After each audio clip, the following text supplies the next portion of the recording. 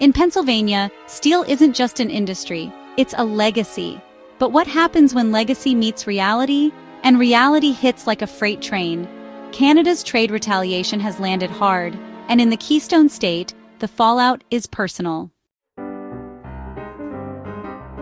Once the beating heart of American manufacturing, Pennsylvania's steel industry built cities, wars, and dreams. Places like Pittsburgh, Bethlehem, and Erie once echoed with the clang of industry.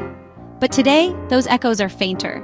After decades of offshoring and automation, Pennsylvania's steel and aluminum sectors were already on shaky ground. Then came the United States tariffs on Canadian metal, and Canada hit back. We lost 2 major Canadian contracts just like that. That was a quarter of our business. Canada responded swiftly with tariffs on American steel, aluminum, and other goods. Pennsylvania manufacturers, already operating on thin margins, suddenly found themselves squeezed even tighter. The irony? Many of these companies relied on Canada for both raw materials and as a major export market. These policies are killing what's left of working-class Pennsylvania. For towns like Johnstown and Aliquippa, the tariffs didn't just hit companies, they hit people. Thousands of workers either lost jobs or faced reduced hours. Pensions froze, local diners emptied. In Harrisburg and on Capitol Hill, Pennsylvania politicians are walking a tightrope. On one hand, there's national pride and protectionism. On the other, there's economic pain that really crosses party lines. Even pro-tariff voters are starting to ask, is it worth it?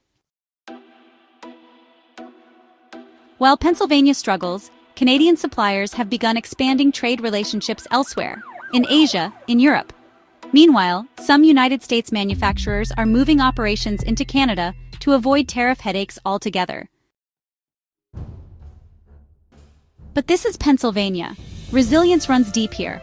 Communities are fighting to adapt, pushing tech apprenticeships, green manufacturing, and local supply chains. Still, the scars of this trade war won't fade easily. But if you think it stops here, just wait until we head down to Texas, where cattle, oil, and cross-border trade collide like nowhere else. Pennsylvania didn't start this trade war, but it's paying the price. Will cooler heads prevail, or is this only the beginning? Don't forget to subscribe and turn on post notification. Up next, Texas versus Canada, oil, beef, and border battles.